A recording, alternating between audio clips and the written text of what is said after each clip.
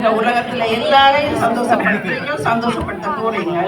நீங்கள் உங்களை பற்றி அம்மாட பேர் அப்பா பேர் எந்த ஊர் அதெல்லாம் சொன்னாங்கல்ல. கொஞ்சம் இன்டர்வியூ மாதிரி ஆகுது. ஓகே முடிச்சுனா